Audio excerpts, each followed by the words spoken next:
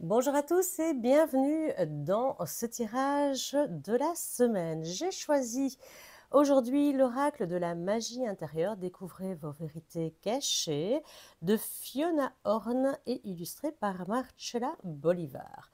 Alors, nous avons 36 cartes et un livret de 112 pages en noir et blanc. Voici pour le coffret. Pour les cartes, le dos avec des clés, les clés qui ouvrent la voie des réponses. Une tranche blanche, vous voyez qu'il a déjà servi plutôt pas mal. Je vous l'ai déjà utilisé pour les tirages et il est sorti aux éditions Vega. Voilà pour ce qui est de la présentation du jeu. Je vous rappelle que si vous aimez les tirages, pensez à liker la vidéo, pensez à vous abonner et activer la clochette des notifications. Je suis en train de vous préparer pas mal de vidéos sur pas mal de thèmes. Je ne vais pas tout vous révéler aujourd'hui, mais n'hésitez pas surtout à penser à vous abonner. C'est parti pour le tirage de cette semaine.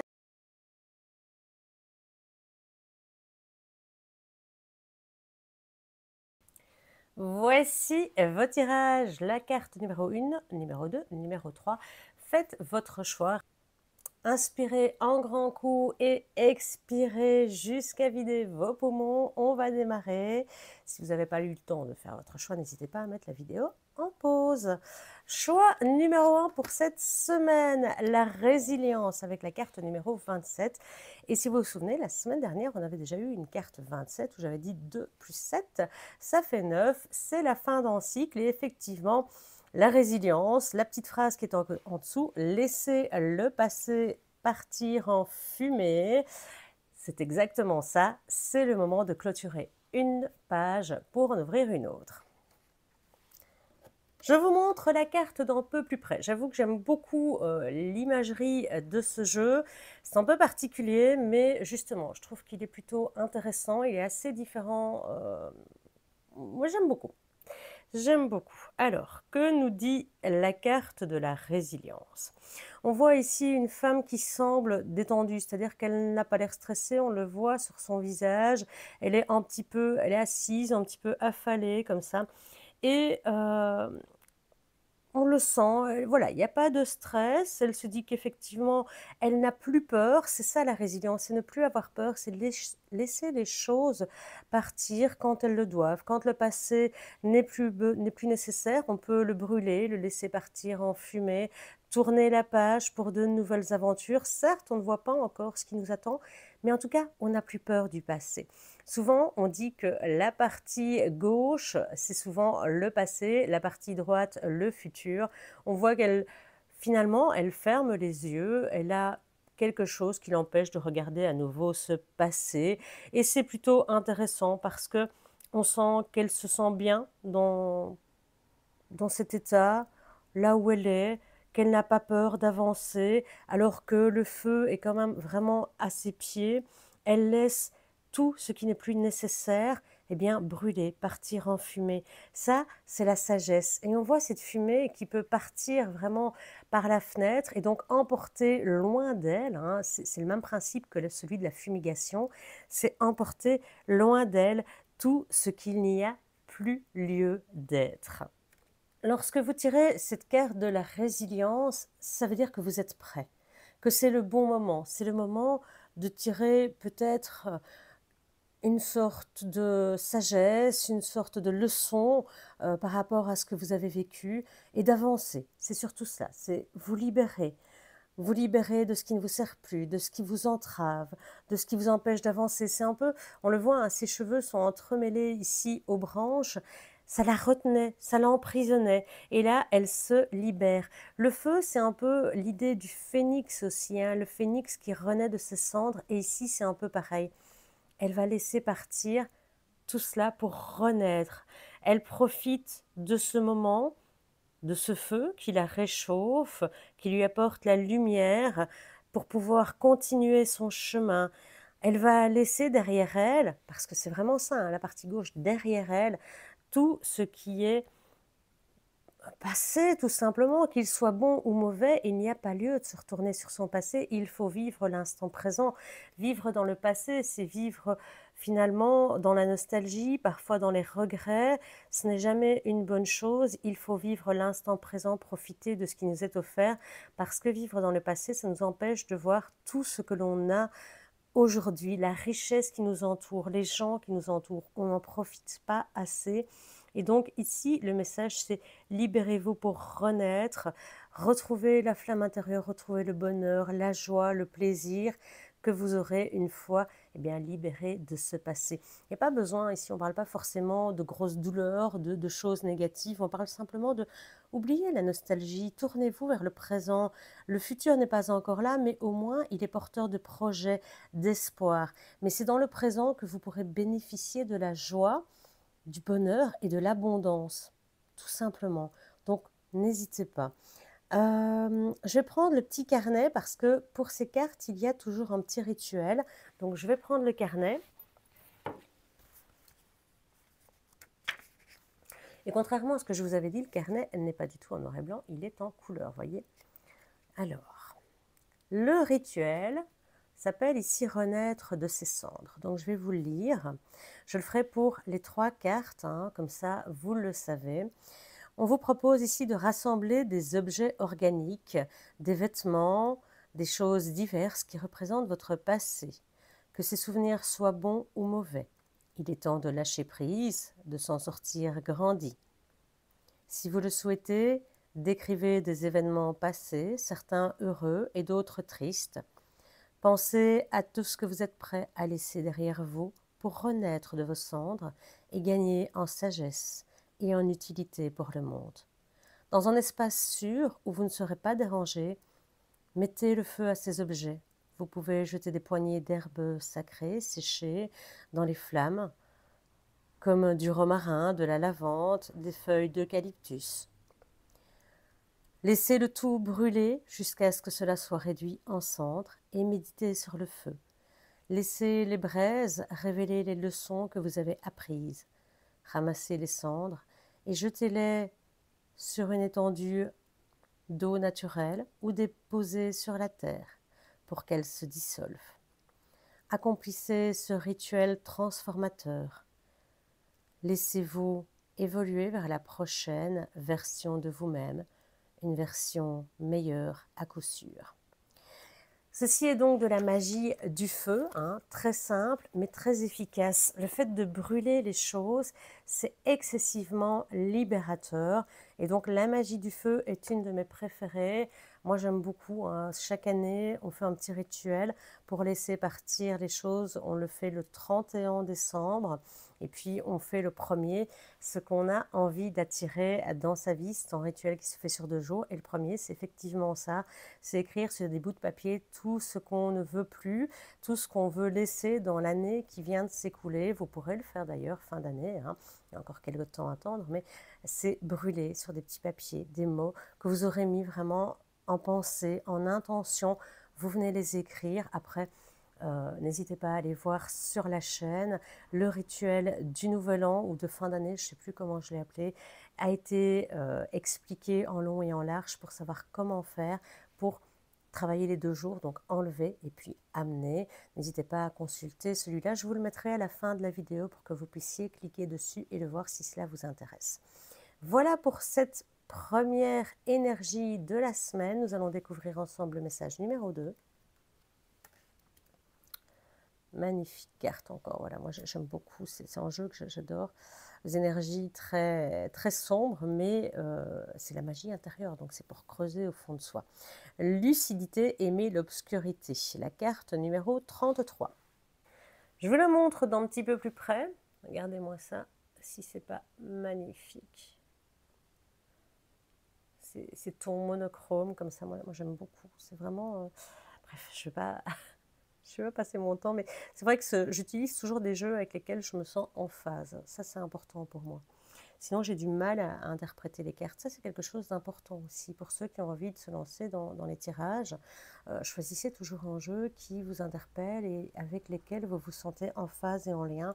Sinon, je dis toujours, c'est difficile de trouver, de se connecter, de faire parler son intuition. Et il faut vraiment trouver des jeux qui vous parlent, vraiment.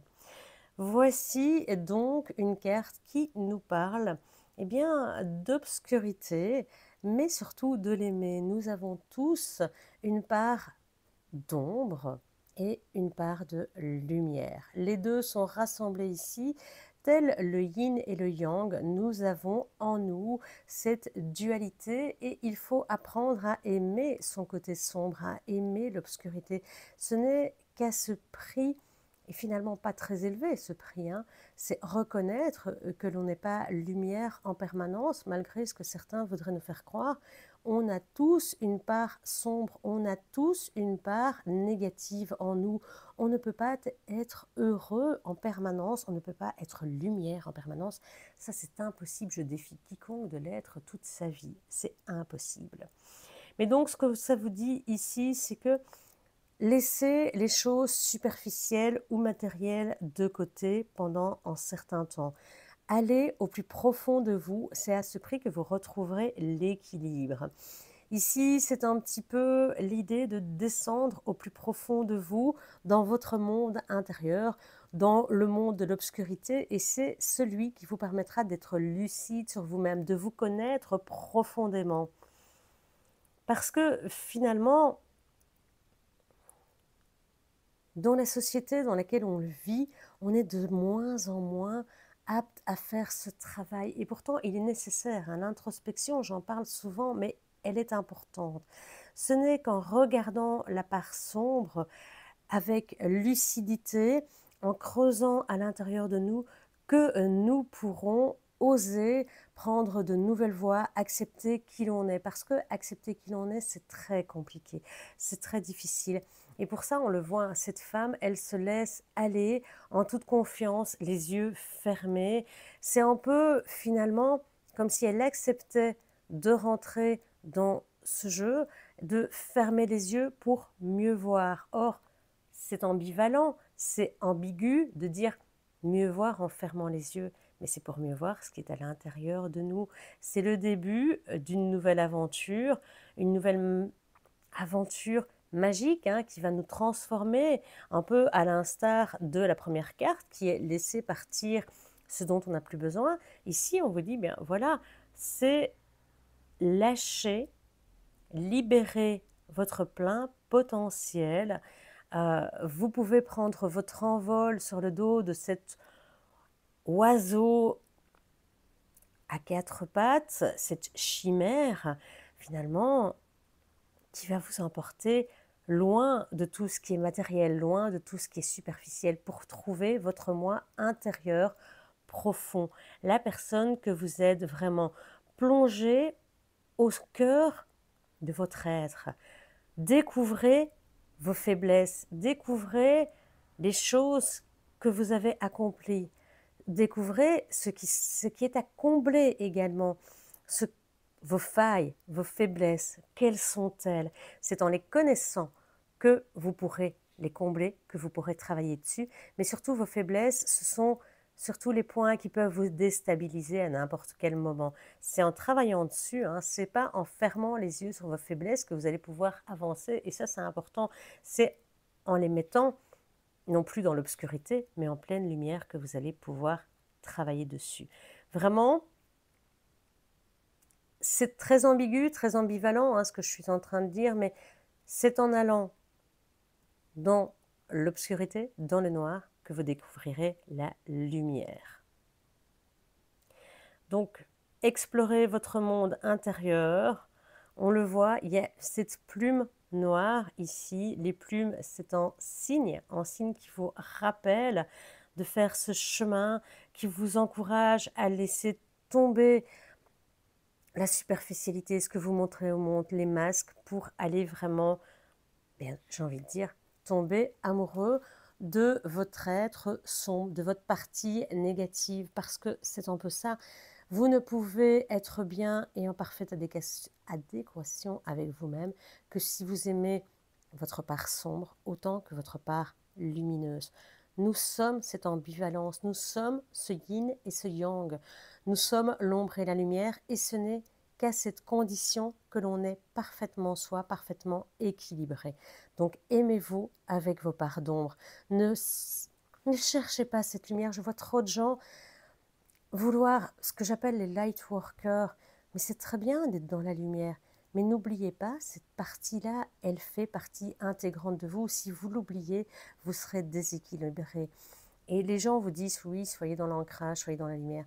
Ces gens-là perdent leur repère parce que fait-on quand les choses deviennent difficiles? Que fait-on quand les choses sont lourdes? Quand on est face à des moments de vie compliqués, durs, on dit quoi? On dit c'est la lumière, c'est ce que l'univers voulait pour moi? Non. Acceptez les phases compliquées de votre vie en vous disant oui, peut-être que l'univers voulait ça pour vous, pour en tirer une leçon, pas pour la nier. Et ça, c'est important, parce que si vous niez les choses, vous allez entrer dans des schémas répétitifs. Et ce n'est pas ça qu'on vous demande, c'est d'observer avec lucidité votre monde intérieur, mais aussi ce qui vous arrive quand c'est négatif. Et ce n'est qu'à cette condition que vous pourrez être parfaitement équilibré et que vous serez moins enclin à être déstabilisé par ce qui vous entoure. Voilà pour la carte numéro 2, j'espère qu'elle vous parlera. C'est une carte très très profonde. À moi, elle me parle énormément. C'est un chemin que j'aime beaucoup. J'ai fait un travail sur ma part d'ombre et c'est quelque chose que je mets très en avant, cette part d'ombre, parce que je la trouve belle, vraiment. D'ailleurs, je dis toujours, parfois, elle est plus importante que ma part de lumière, peut-être en réaction justement à ce côté light working qui est beaucoup trop présent aujourd'hui, où on voudrait nous faire croire que tout est beau et paillettes. Vous l'aurez compris, c'est une carte qui me touche profondément et personnellement. Nous allons passer maintenant à la carte numéro 3. L'épiphanie, la carte numéro 6, forcément, puisque l'épiphanie est le 6 janvier, pardon, révélez vos talents. Alors cette carte, elle est un petit peu dérangeante dans ce jeu, alors je ne l'ai pas montré tout à l'heure, mais il y a des cartes très très belles et des cartes qui peuvent être très dérangeantes et très intéressantes, hein, parce que vraiment, ça permet de faire une introspection, ça permet d'aller chercher au plus profond de soi. C'est un jeu, si vous voulez vraiment aller chercher et évoluer, il est magnifique, hein, magnifique. C'est des cartes qui laissent pas de marbre en tout cas, moi je trouve. Voilà, je ne sais pas ce que vous en pensez, ça c'est le coffret. Le coffret, c'est la carte effervescence, cultiver l'amour. Donc voilà, je ne l'avais pas montré, c'est chose faite. L'épiphanie, ah oui pardon, je reviens sur la carte 33, je vais un petit peu vite, j'ai oublié de vous parler du rituel. Pardon, voilà. Le rituel, descente vers le monde souterrain. Réservé un week-end ou une période de 2 jours durant laquelle vous pourrez être seul sans être dérangé. Créez un sanctuaire ténébreux, littéralement en gardant vos rideaux et vos stores fermés. Ne vous éclairez qu'à la bougie, ne répondez pas au téléphone et n'envoyez ni SMS ni mail. Les réseaux sociaux n'existent plus. Dégustez les fruits du monde souterrain comme des grenades, des dattes, des mets sombres qui modifient le cours de vos pensées comme du chocolat noir pour son effet euphorisant. Renseignez-vous à propos des déesses ténébreuses telles que Perséphone, Hécate, Kali. Laissez votre intuition vous guider vers les mythes, légendes et histoires vraies de femmes exceptionnelles ayant fait face aux dangers de la controverse et qui ont vécu des vies extraordinaires. Apprenez de ces femmes lorsque vous émergerez de votre monde souterrain sacré. Vous vous sentirez restauré et mieux équipé pour vivre avec détermination et engouement une fois de retour à la surface. Je sais pourquoi cette carte me touche tellement. Pour ceux qui me suivent sur TikTok, si vous ne le faites pas encore, allez-y, n'hésitez pas. Je viens de créer mon hôtel à Hécate. Donc, je vous le montre d'ailleurs dans TikTok. Je montre une partie, je ne montre pas tout. Et d'ailleurs, pour déterminer l'emplacement sur lequel je vais mettre mes cartes, eh bien, je mets des repères. Et l'un de mes repères, regardez. Alors, est-ce qu'il y a des coïncidences? Je ne sais pas.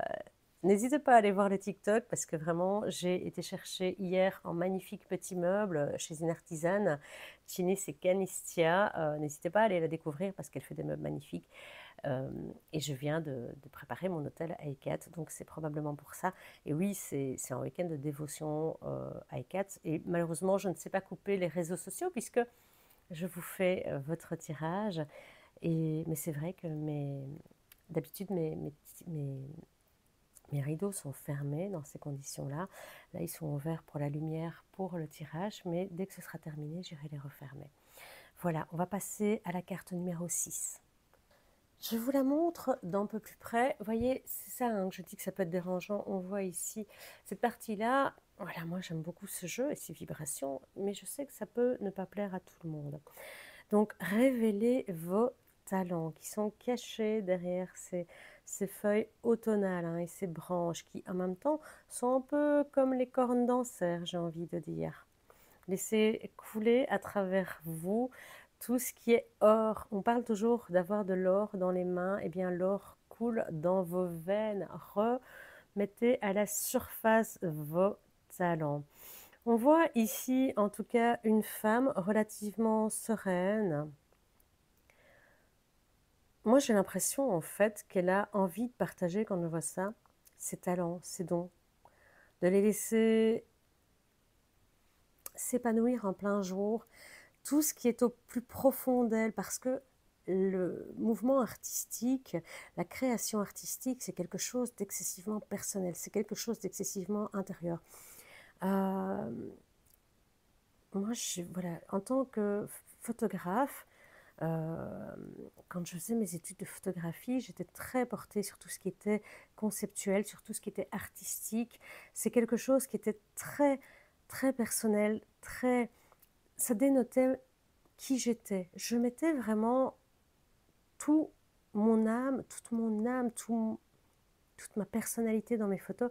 C'était parfois même très dérangeant quand il fallait faire des expositions parce que c'était oser montrer aux yeux de tous qui j'étais à l'intérieur.